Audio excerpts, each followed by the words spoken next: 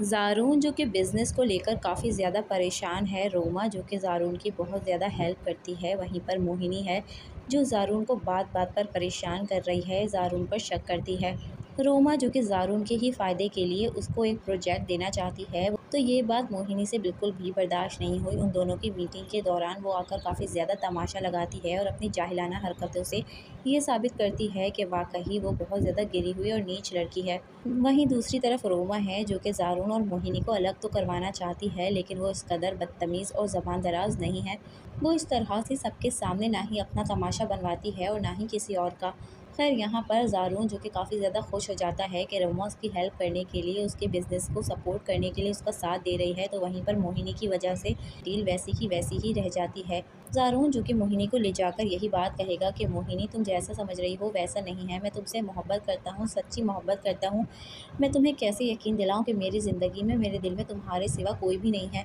खैर मोहिनी जो कि खुदसर और बदतमीज़ है, ज़ारून की किसी बात पर भरोसा नहीं करेगी और ज़ारून पर बार-बार शक करने लगेगी।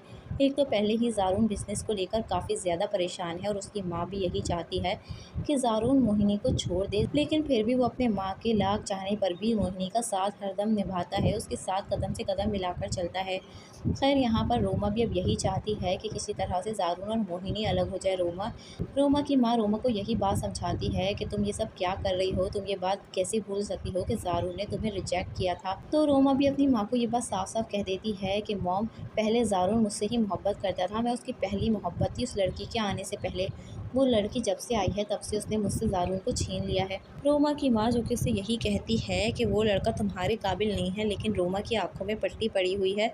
रोमा उसके बिज़नेस पे भी सपोर्ट कर रही है और दूसरा उसके कदम से कदम मिलाकर चलना चाहती है, उसकी हेल्प करना चाहती है, क्योंकि ज़ारून उसे बहुत ज़्यादा पसंद है, चाहे वो शादीशुदा ही क्यों ना हो। वो मैरिड है या अनमैरिड है, इससे रोमा को कोई फ़र्क नहीं पड़ता।